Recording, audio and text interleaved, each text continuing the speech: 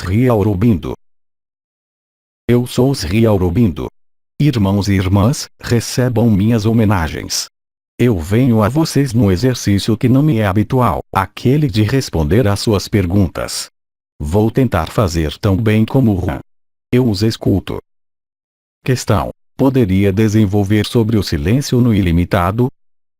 Dentro de todos os ensinamentos tradicionais, em todas as correntes e todos os povos, não pode haver acesso a outra manifestação da consciência sem a passagem por esta etapa do silêncio. Esse foi o objetivo da meditação, da oração, de algumas ginásticas chamadas de yoga, em meu país, como na China ou em outros lugares. O silêncio, fazer silêncio, consiste em, pouco a pouco, apagar o conjunto de sinais da projeção da consciência no exterior de si. Como sabem, sua manifestação, nesse mundo, é apenas uma projeção. Projeção modificada e alterada, tendo provocado, pela reprodução da experiência, a perenidade da referida experiência de projeção. Assim, portanto, é desejável e indispensável realizar a extinção dos sentidos, a extinção de todo sinal exterior, para descobrir o que está no interior, o que não permite aparecer ao olho da consciência comum, enquanto ela funciona. Do mesmo modo que o sonho se manifesta de modo comum durante o sono, é o mesmo para a consciência. Assim, portanto, no sono, que se caracteriza por uma imobilidade do corpo, dos pensamentos, é aí que pode se manifestar outro aspecto de sua consciência que, habitualmente, não está aparente. No que se refere, também, ao supramental, aquele que só pode aparecer, assim como expliquei em minha vida, no yoga integral, pela dissolução do mental. Isso se chama meditação, atenção, oração, segundo o método que vocês empregam para ali chegar.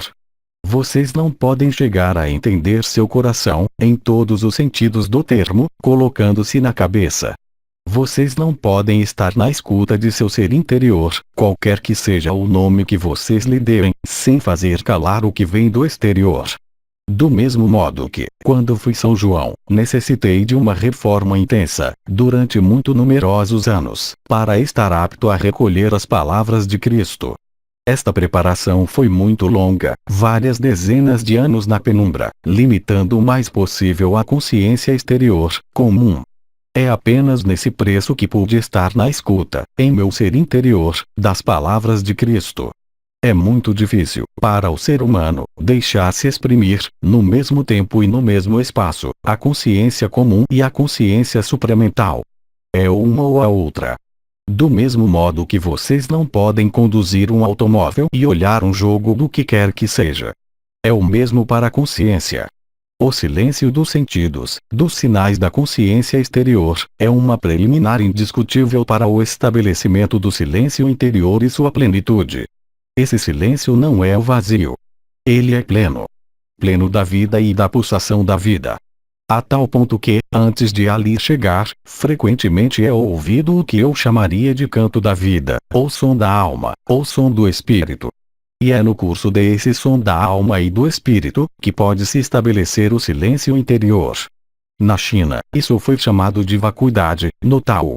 Mas qualquer que seja a tradição, qualquer que seja a civilização, as palavras são diferentes, mas o princípio e a realidade são as mesmas. Seguinte. Questão: como se instala a consciência do ilimitado no silêncio? Eu diria que um decorre do outro. Não há, propriamente falando, técnica mais adaptada que outra. Há, primeiro, como acabo de dizer, a capacidade de se estabelecer no silêncio da consciência exterior. Apaziguamento das tensões, apaziguamento do mental, apaziguamento das emoções, pacificação. Estabelecimento na vacuidade ou no vazio, aparecimento de sons e, depois, acesso ao ilimitado. Ninguém pode pretender aceder a este ilimitado mantendo o limite. É impossível. É preciso fazer, de algum modo, cessar toda projeção da consciência ao exterior do ser. Nas escrituras da Índia, a maior parte dos imortais descreveu, num copo de conhecimentos chamado de Siddha Yogas, certo número de elementos propícios a ir para esta consciência ilimitada. Hoje, lembrem-se que vocês estão num outro tempo e numa outra época, onde a luz chegou até vocês e que o princípio é diferente. Há somente que a acolher, porque ela já está aí. Antes desta geração, eram esforços constantes, um ascetismo permanente, dificilmente compatível com uma vida exterior invasiva. Era preciso fazer o esforço de se elevar para a luz. Hoje, a luz vem até vocês. Ela bate à sua porta. É isso que descrevi antecipadamente, como a chegada do supramental, em minha vida. Assim, portanto, o movimento, antes desta época, era de baixo para cima, se pode dizer, enquanto que o movimento, hoje, se faz de cima para baixo. Isso participa do consentimento à luz e do que um amigo e um arcanjo denominado Anael lhes deram como abandono à luz. O princípio é o mesmo, seja no movimento baixo-alto como alto-baixo. Trata-se, em definitivo, sempre do mesmo processo de extinção da consciência limitada. O mais difícil, no fato de viver esta extinção, é que a consciência limitada faz tudo, absolutamente tudo, para não viver a extinção, porque ela está programada para isso. Existem, portanto, muitas barreiras que, hoje, são muito menos intransponíveis, eu diria.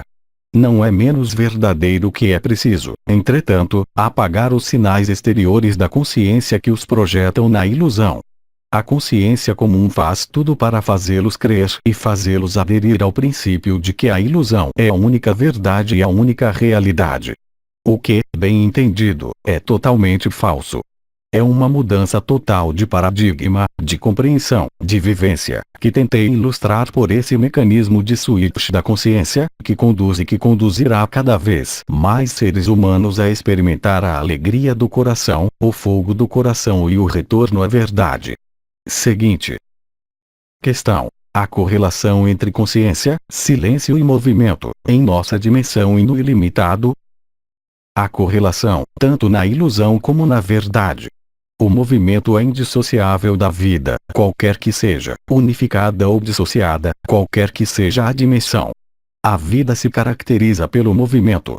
Mas esse movimento é imobilidade, de outro ponto de vista.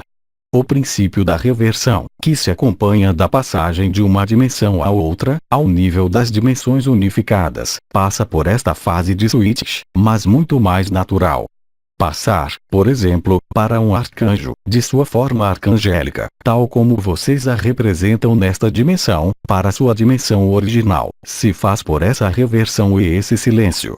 Entre os dois, há movimento. Mas, passar de um movimento a outro movimento, passa pela parada do movimento. A força de inércia é mais ou menos grande, segundo a passagem dimensional visualizada. Do mesmo modo, esta força de inércia existe entre a consciência limitada e a supraconsciência. Esta força de inércia é representada pelo mental, pelas emoções, pelos medos, pelos apegos, pelas feridas. Seguinte questão: o que são as palavras, quando são alinhadas na percepção exata e na vibração do coração? Naquele momento, as palavras se tornam verbo. É nesse sentido que nos é possível, e alguns de nós são dotados para isso, alguns seres que passam por esse canal, como por outros canais, ajustar a vibração para uma palavra extraída do cérebro do canal, permitindo então colocar em adequação a palavra e sua vibração. A palavra se torna, então, vibração por si mesma, além da vibração sonora. Ela se torna uma vibração da luz. Assim, alguns de vocês talvez puderam viver com o Mestre Han. Seguinte questão: silêncio interior e alegria interior são da mesma natureza? Inteiramente. A alegria interior é um estado de ser, independente de qualquer circunstância exterior e um estado de plenitude, de mobilidade e de movimento extremo, ao mesmo tempo. É um estado que poderia se chamar de felicidade. E, aliás, frequentemente, a palavra que é empregada não tem o equivalente na língua ocidental. É por isso que é chamado de samadhi. Mas esse samadhi não é único. Existem diferentes variedades vibratórias e de consciência. desde o primeiro samadhi que vocês conhecem, e atingível por uma simples relação sexual, até o Mahasamadhi, que é um samadhi eterno. Toda uma paleta de samadhi existe, se acompanhando de um crescimento da consciência, assim como de sua dissolução dentro do tudo. Há, nos samadhis mais avançados, a dissolução do sujeito e a ausência de separação entre sujeito e objeto. A consciência não é mais identificada e encarnada dentro de uma forma, mas ela se expande e se torna o todo, na realidade. Seguinte questão. A perspectiva de se tornar uma estrela ou um planeta cria em mim uma terrível angústia. Sinto isso como um freio importante. Poderia me ajudar? Não estou certo de apreender o alcance da ajuda que é solicitada. As palavras que poderia pronunciar não seriam de qualquer utilidade. Alguns seres que começam a provar a alegria, seja durante os 10 primeiros minutos das horas de Maria, ou ainda, de acordo com as meditações que foram conduzidas pelos 24 anciões, os conduziram a viverem alguns estados de consciência modificada com relação à sua consciência comum. Nesta consciência modificada, obviamente, as percepções mudam. A tradução, efetivamente, pode ser de lágrimas de reconhecimento, mas também de medo. Isso faz parte do aprendizado. Isso faz parte da experiência. Obviamente, essas lágrimas podem ser facilitadoras ou bloqueadoras, depende. Aconteceu a mim também, explorando a consciência, em minha vida ou mesmo quando fui São João, transcrevendo as palavras de Cristo, de chorar. Isso não foi para mim bloqueio, mas facilitador. Assim, você tem sempre a possibilidade de inverter também, ao nível de uma manifestação como choros, o sentido e a direção da energia e da consciência sujeitas a esses choros. As lágrimas não traduzem sempre um estado emocional exacerbado, mas, sim, o mais frequente, uma reconexão à essência, que convém, entretanto, apaziguar. Seguinte questão. Ao invés de viver plenamente a experiência, eu fujo, me projetando no futuro. Poderia me iluminar? É exatamente o que eu disse. O que toma a fuga é o medo da extinção da consciência limitada. Não há outra alternativa que enfrentar também essa fuga. Mas, progressivamente e à medida que você penetrar os mundos vibratórios, mesmo neste espaço, como em sua vida, você ali chegará porque, lembre-se, você é ajudada pela luz. Não há portanto que projetar e ter medo, mesmo dessa fuga, porque é ainda muito limitante. Não é a fuga em si, mas o medo que é, eu diria, um elemento muito mais redutor que a própria fuga. A fuga se domestica sem qualquer problema pela experiência, pela vibração. O medo, ele não. Ele é muito mais tenaz. Não é preciso lhe dar, portanto, mais peso do que ele tem. Isso poderia se chamar de ignorar o medo ou de vencer o medo, mas você não pode lutar contra. Porque, a partir do momento em que você luta contra, você recai na dualidade. É o que quer fazê-los fazer a consciência limitada. Apenas pelo processo de reforço do estado interior, da vibração, do silêncio, que se realizará este objetivo. Seguinte questão. O fogo do coração corresponde à ativação do nono corpo. Quando ele é desencadeado, continua a queimar? Inteiramente. A ativação do nono corpo, corpo de irradiação da fonte ou do divino, confere o samadhi. Apenas nessa capacidade de irradiar esse tipo de vibração que se vive o samadhi. Obviamente, esta lâmpada nova está em relação também com o chakra do coração. Há uma relação direta e uma ressonância direta. Uma vez que o fogo do coração nasça, quaisquer que sejam as variações, ligadas às vicissitudes da consciência exterior, ele não poderá mais se apagar, até o fim. Porque ele corresponde a uma ativação real. Do mesmo modo que, quando Kundalini se desperta, ele não pode mais, jamais, se apagar. Pode haver acidentes que existiram no passado, quando as ondas da luz e do fogo secam, mas, hoje, as circunstâncias não são de forma alguma as mesmas. Assim, o despertar ao fogo do coração confere a invencibilidade do fogo do coração. Seguinte questão. Poderia desenvolver sobre a sílaba Om. A sílaba on remete, obviamente, à língua matricial original e à sílaba in.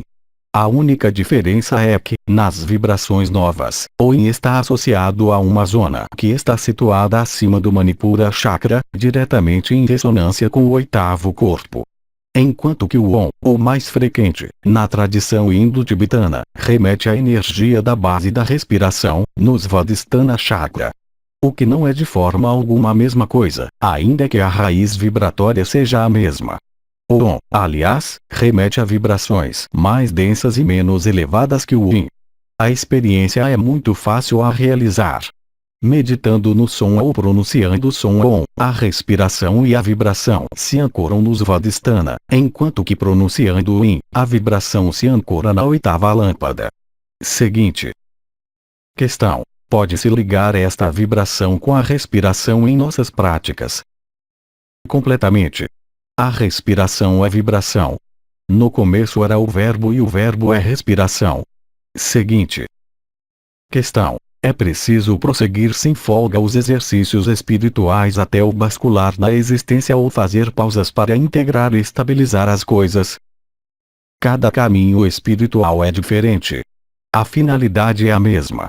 O objetivo é o mesmo. Para alguns, será mais fácil realizar isso sem interrupção. Para outros, haverá necessidade de integração e de espaços de tempo, de retorno à consciência comum. Cabe a cada um adaptar, em função de suas vibrações, de suas percepções. Seguinte questão: pode me esclarecer sobre o que me disse quando da cura espiritual de 23 de junho? O que disse, de maneira geral, não se dirige à personalidade. Aquilo foi entendido ao nível da alma, o que explica, aliás, as reações. Não há portanto que apreender ao nível da compreensão, que pertence à personalidade, ainda uma vez. Não é compreender que permite liberar. Jamais. É uma ilusão do mental que os faz crer que compreendendo, você domina, o que, obviamente, é totalmente falso. Seguinte. Não temos mais perguntas, agradecemos. Irmãos e irmãs nesta humanidade, eu vou, então, agora, deixar o lugar. Eu lhes apresento meus agradecimentos e minha gratidão e lhes digo, eu espero, até breve. Terminarei por essas palavras. Lembrem-se, aqueles que tiveram a oportunidade de ouvir ou de ler, que jamais, mesmo se hoje os sinais são evidentes, a compreensão das palavras que me foram dadas pelo Cristo permitiu, até o presente, realmente, compreender o que quer que seja do Apocalipse de São João. Apenas na vivência vibratória que se expressa a verdade, bem além do que o mental pode apreender. Mesmo se, hoje, ainda uma vez, os sinais evidentes são muitos, que todos os selos e todas as trombetas tenham tocado. Até breve.